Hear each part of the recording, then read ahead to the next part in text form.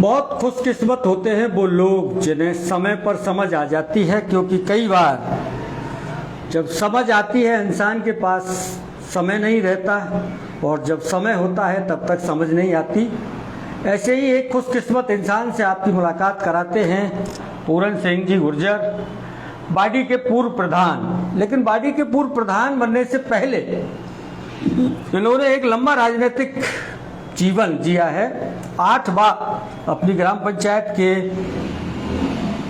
सरपंच रहे हैं और पंचायत समिति के सदस्य भी रहे हैं। एक लंबा राजनीतिक जीवन इनका इस बात की गवाही देता है कि ये अपने आप में खुशकिस्मत हैं। और इनसे इस संवाद को हम आगे बढ़ाते हैं।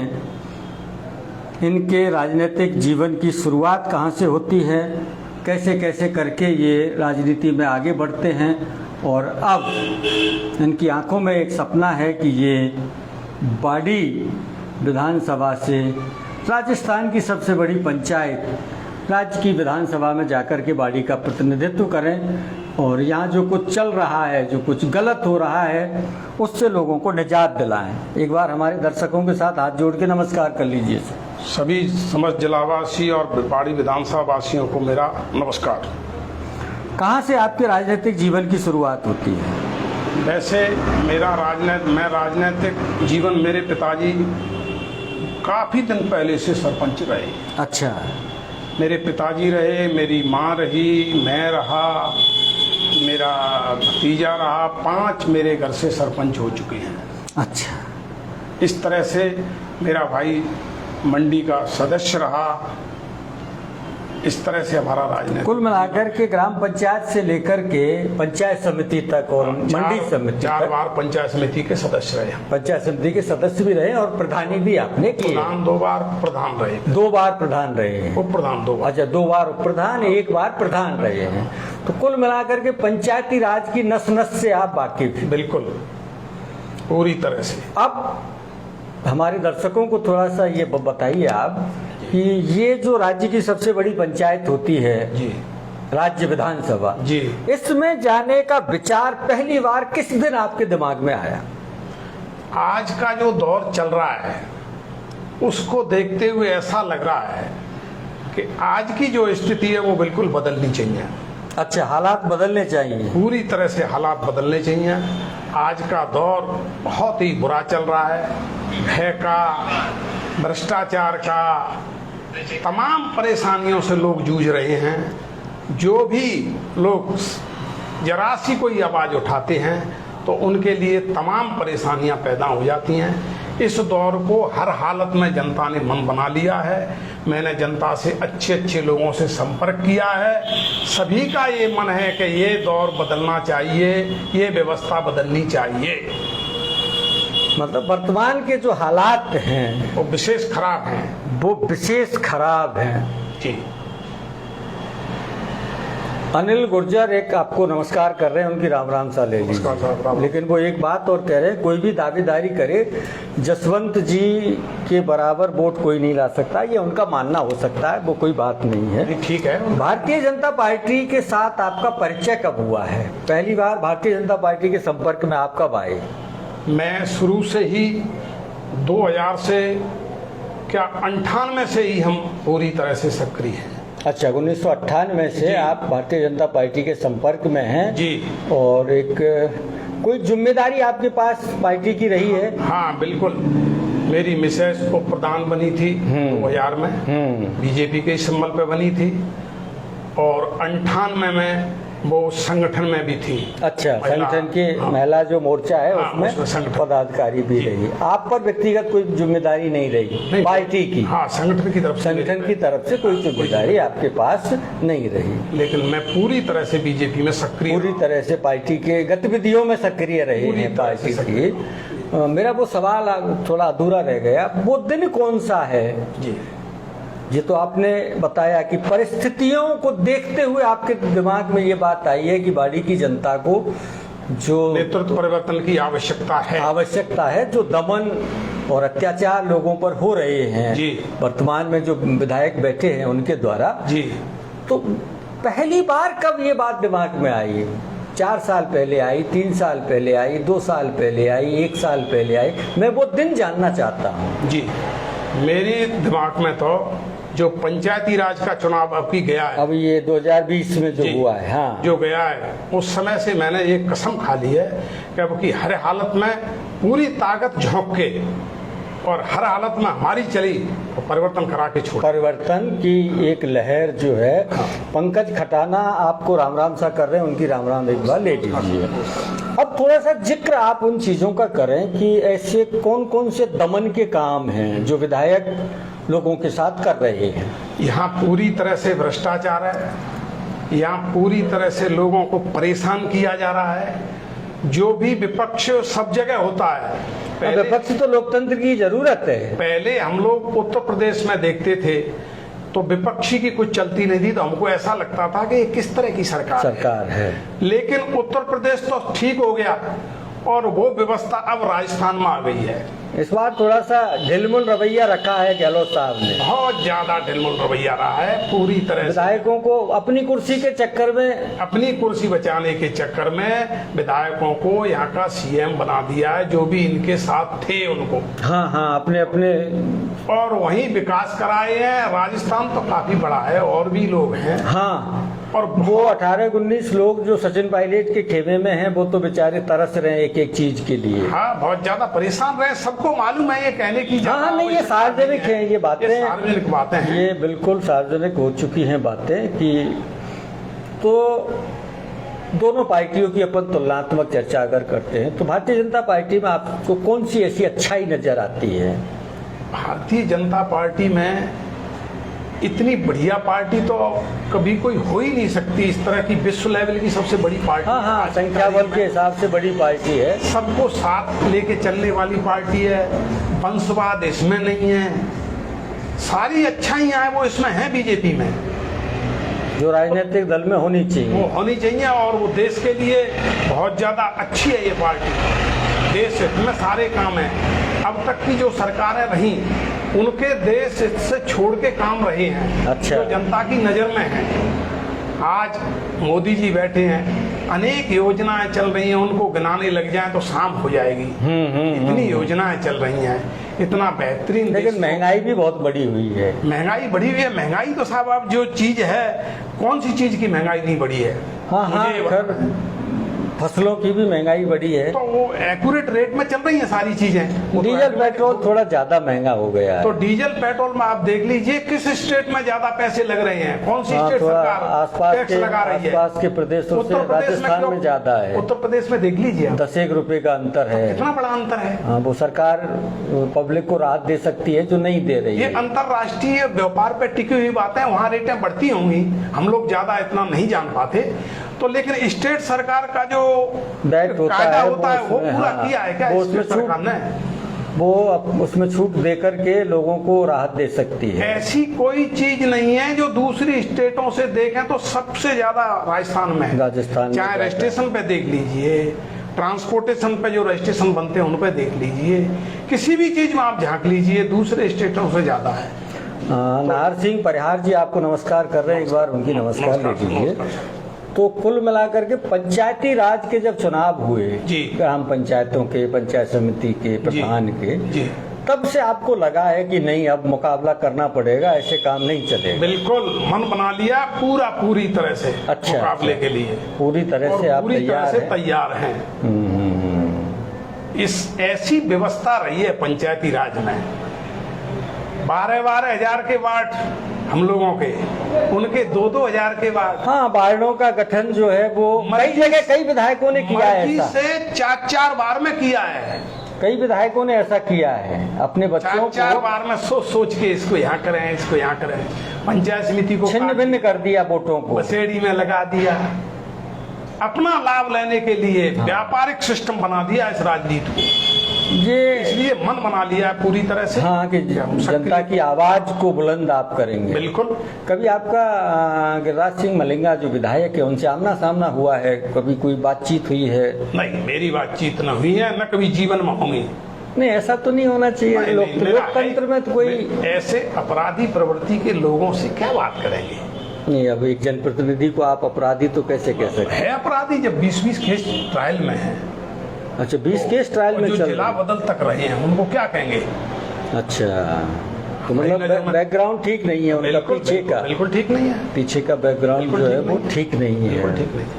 अब थोड़ी सी आप कल्पना करो जी। कल्पना ऐसी करो कि संयोग से आप चले गए दिल्ली, जी और दिल्ली में एक कार्यालय है, राष्ट्रीय कार्यालय बीजेपी का, जी और वहाँ आपको मिल गए अमित शाह जी, जी और वो आपको कंधे पे हाथ धर के अपनी ऑफिस में ले गए, जी और उन्होंने पूछा कि पूरन जी ये बताओ हम आपको टिकट क्यों दें, क्या आधार है आपको टिकट देने का? जी। तो अमित शाह को आप टिकट देने के लिए अपनी बात कैसे समझाओगे? देखो, अमित शाह जी जो सर्वे करा रहे हैं, हाँ मैं भरोसा करता हूँ जनता में, मैं अपने कहने पे भरोसा नहीं करता। हाँ, नहीं, लेकिन सर्वे के आंकड़े तो उनके पास पहुंचेंगे। पहुंच रहे हैं हाँ हाँ, और मैं ये कहता हूं कि जो सर्वे में वास्तव में ही पहुंचे उनको टिकट दें, मुझे नहीं दें। हाँ हाँ, ये कोई जरूरी नहीं। मेरा सवाल ये था कि जी। आदमी अपना पक्ष तो रखता ही है। जी। अब वो ये कहें कि आप आए हैं यहाँ दिल्ली, जी। तो बताओ क्यों दें आपको टिकट, मतलब आपका मजबूत पक्ष क्या है, जातीय गणित क्या है, अनुभव कितना है? तो अनुभव तो आपका लंबा चौड़ा अनुभव है राजनीति का। जी। सरपंच आप रहे हैं और लंबी चौड़ी व्यवस्था रही है, प्रधान रहे पंचायत समिति का। पंचायत समिति का प्रधान होना और विधायक होना एक जैसी बात है, उसके थोड़े से राइट्स ज्यादा होते हैं, जी। यही अंतर है। तो उनको आप कैसे कन्वेंस करोगे, उनको समझाओगे कैसे कि मैं प्रबल दावेदार हूं, आप मेरी बात गौर से सुनो और उस पर विचार करो? मैं प्रबल दावेदार इस तरह से हूँ, मैं यहाँ का प्रधान रहा हूँ, हाँ, मुझे चप्पे चप्पे की पता है, पता जानकारी है। बीच पंचायत समिति में मेरा गांव है, मैं बाड़ी रहता हूँ, एक एक आदमी को जानता जानता हूँ मुझे, और सब लोगों को मेरी पता है।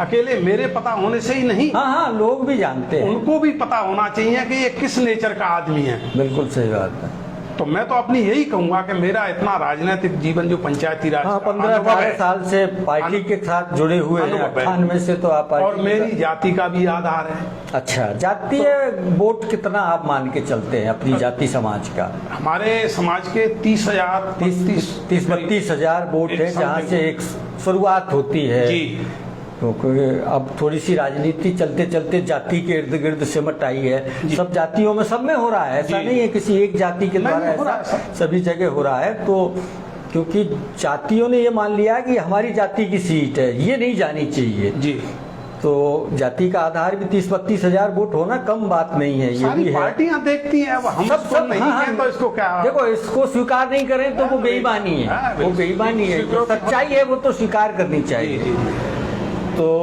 उस हिसाब से, और आपका पास पूरा अनुभव है पंचायती राज का, प्रधानी करने का, स्थानीय आदमी हूं मैं, स्थानीय लोकल यहाँ के रहने वाले हैं, तो आपका दावा काफी मजबूत हो जाता है। जी अब एक बात आती है पूरन जी चलते चलते कि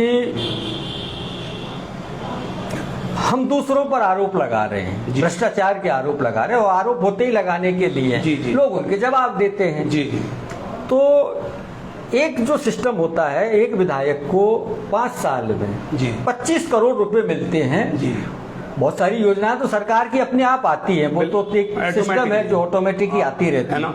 लेकिन 25 करोड़ के काम विधायक अपने कोटे से करा सकता है। वो ग्राम पंचायतों में पंचायत समिति को पैसा दे सकता है, नगर पालिका को पैसा दे सकता है।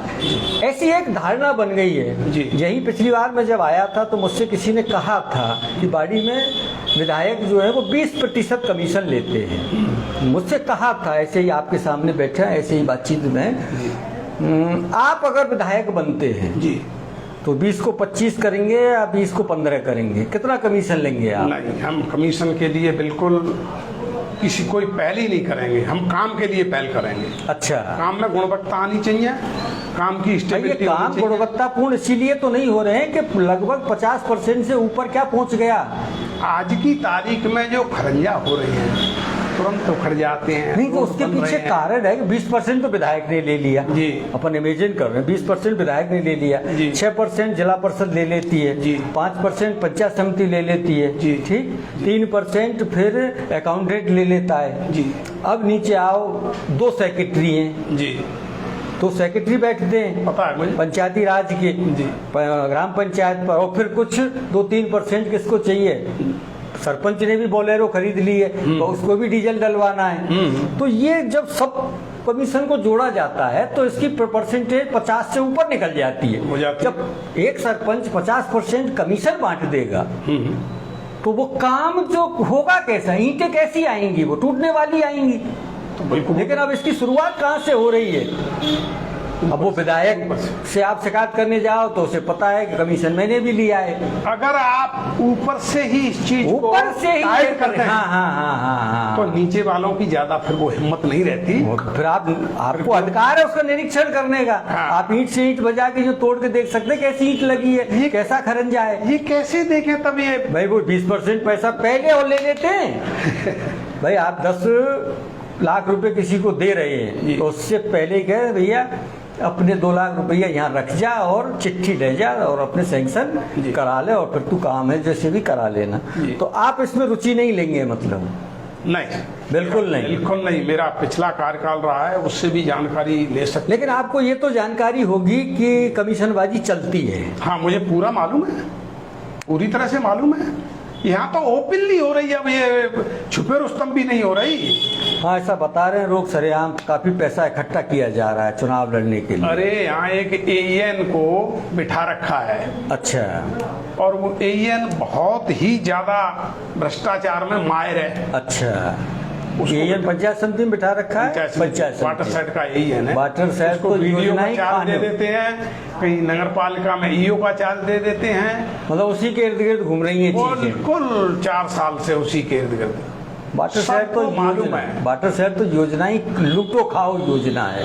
तो जो भी है सबको मालूम है, यहाँ किसी कोई चीज ऐसी नहीं है। विश्राम सिंह जी नैकाडी हैं, वो कह रहे हैं आप संघर्ष करो, जनता आपका साथ देगी। राम राम ले लो उनकी आप।